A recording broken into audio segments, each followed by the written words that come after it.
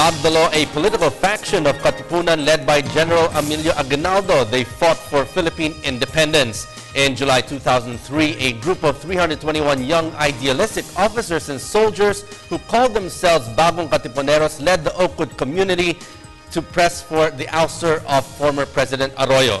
The insignia on their uniforms was Magdalo, and the rest is history.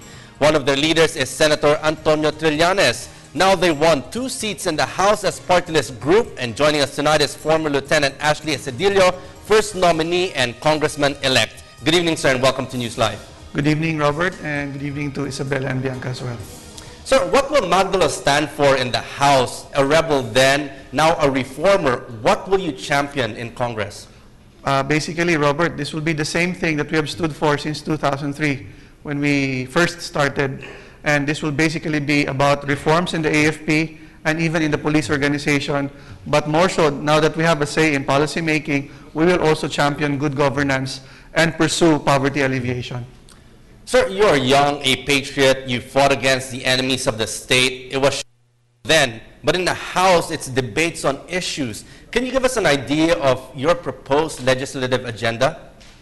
If I may just deliberate on one very particular piece of legislation, we realize that when we pursue the welfare of our retired and even our active military men and policemen, we realize that in pursuing their welfare, we also need to pursue reforms and certain changes within the AFP and PNP organization. The AFP, for example, under the aegis of the Department of National Defense, has been subsisting on a law that was passed in 1937. Therefore, we need to change this. We need to keep the organization relevant by passing a new National Defense and Security Act to replace the Commonwealth Act No. 1. This will open the door for a lot of changes within the organization with the AFP, how it is employed by the state, and more importantly, how it takes care of its men and women in uniform. So now, why is there a need to amend the National Defense Act? It's about time, Robert. A lot of changes have happened in the security environment by which the AFP, the DND, and our country operates in. So we need our organizations up to date, and one way we do this is to pass a law which will update our organization and its systems. Sir, now for someone who has served in the AFP, its capability to defend the country from foreign aggression require massive upgrade and modernization. How do you propose to do this given unlimited resources? One thing we could do there, Robert, is that, like I said, we need to look at how the AFP is organized. Right now, 80% of its budget goes to personnel services, that's salaries. Little goes to MOOE, or maintenance and operating expenses, as well as for capital outlay. Capital outlay gets the least amount of attention, and this is where we need to put a lot of money because we have a lot of problems with our neighbors, and we need to back up what we say in the areas where we have common disputes with our border neighbors. And we can't, as one organization said, like the Navy, for example, which patrols our waters where we have disputes with our neighboring countries, our Navy cannot subsist on nationalism alone. They need ships, they need gasoline, they need armaments, and they need people to man these ships and patrol our waters. So now looking at the insurgency, the president is committed to peace, but the CPP, NPA seem not to be are not sincere. How can you help in promoting peace? Robert, if I may just say this unequivocally, they do not seem, they are really insincere. The fact of the matter is, they just ambushed several policemen in Cagayan Valley. I don't see these people coming to the table. Before we even ask them to come to the peace table, let us see how we can finally cripple this armed revolution so that they have no other recourse but to go to the peace table. As to the question how we can help, of course, we can always offer ourselves to talk to these people who are willing to talk. Not all of those in the armed struggle are willing to go on endlessly with this senseless violence. A lot of them are growing old. A lot of them have taken the path to peace. So I think this is the segment that we should approach, not those who are still subsisting on extortion and who thrive by killing their fellow Filipinos, our policemen and our soldiers.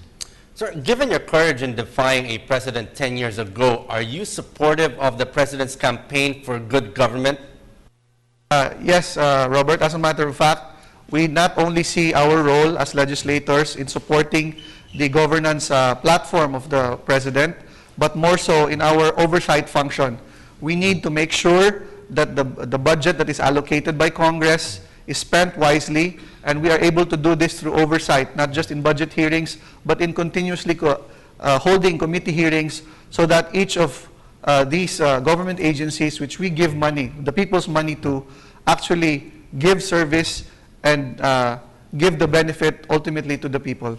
Sir, when the 16th Congress opens, what other bills or agenda will the Magdalo do in terms of broadening more of what needs to be done here in the local scene?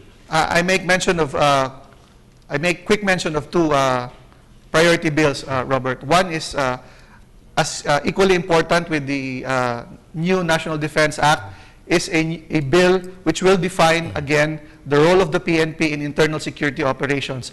As we know now, it's the AFP who is performing this. The AFP needs to shift its focus to territorial defense, external defense. Therefore, we need to give back to the PNP role of internal security operations, but they have to be prepared, and we have to equip them with a bill to restore this mandate to them. Another is similar to what the U.S. has.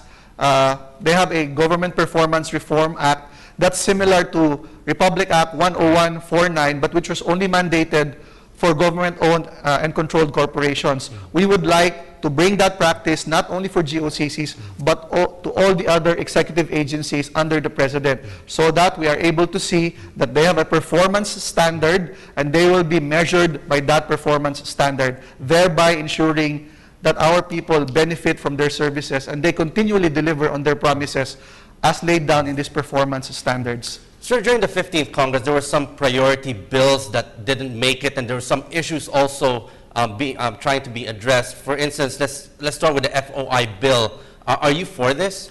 Yes, definitely, Robert. The FOI bill has come of age. We need a bill like this to shed light on all government transactions and everything that government does. Nothing should be hidden in the dark. The best way to ensure that there is no corruption is that you make it transparent for people so that all government are held accountable.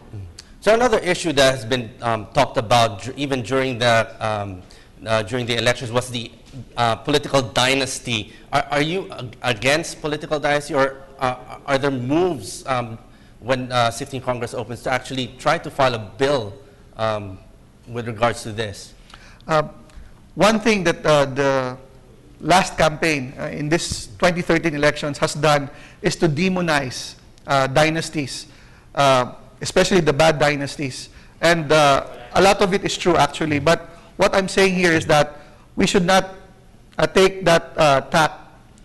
We should not demonize all dynasties, because precisely these are the dynasties that we should deal with. These dynasties sit in Congress, both in the lower house and in the upper house. What we need to do is to inveigle them, bring them to the table, and tell them that yes, there are good dynasties, but equally there are more. For each good dynasty that exists, there are 4 others that do not serve a good purpose in this country. Therefore, instead of demonizing them, make it clear to them that they are needed in this effort to finally pass a bill that will outlaw dynasties. But in this 16th Congress, Robert, I would like to, in my expectations, maybe we can open the debate against dynasties, but I don't see a bill being passed. But if there is a measure that will be put on the floor, I will definitely support it. Okay, sir, and a final word from you? We're just thankful for this opportunity to serve the country again. We used to serve the country as soldiers, but in 2003, we brought to the fore the problems that we had in our organization, and that landed us in jail. As soon as we got out, the only thing we were asking ourselves, when would be our chance again to serve our country?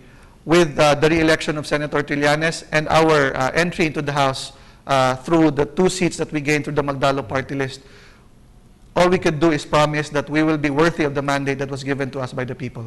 Okay, on that note, thank you very much for joining us here at NewsLife, and congratulations, Congressman-elect Asedillo of Magdalo Party List. Thank you, sir. Thank you, Robert.